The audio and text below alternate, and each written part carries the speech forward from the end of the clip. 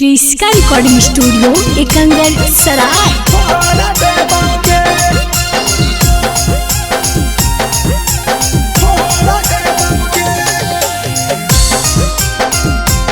Presented by क्रिस्का films.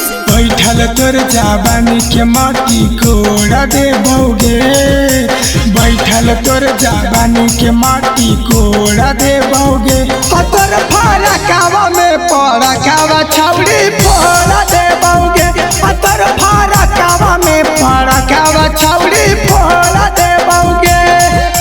बोल तो जे कर मुड़िया धाके तोड़ा देबोगे, बोल तो जे कर मुड़िया धाके तोड़ा देबोगे। तोर फारा कावा में पड़ा कावा छौड़ी फोड़ा देबोगे, तोर फारा कावा में पड़ा कावा छौड़ी फोड़ा देबोगे।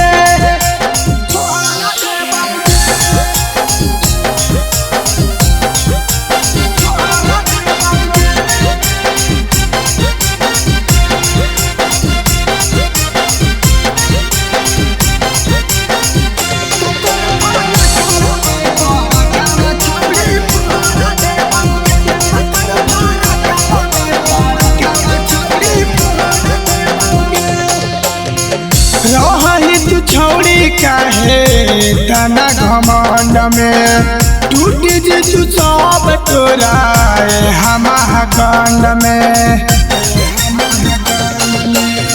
रही तू छौड़ी काहे तना घमंड में, टूट जी तू सब तोरा हमारा गंड में।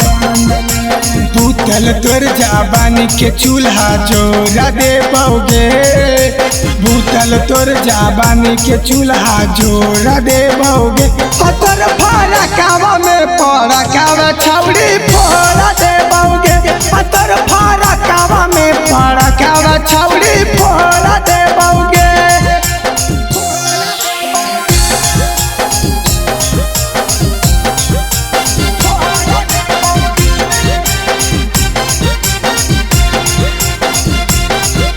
क्रिस्का रिकॉर्डिंग स्टूडियो एकंगर सराय।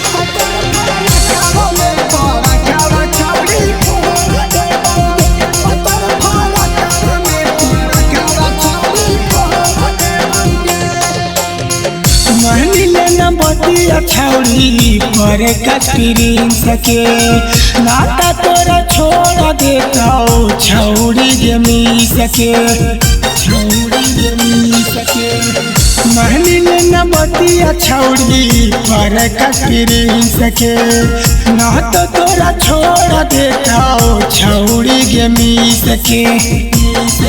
आगे दूधवा में जोड़ा नैया तोरा जोड़ा देबोगे, दूधवा में जोड़ा नैया तोरा जोड़ा देबोगे।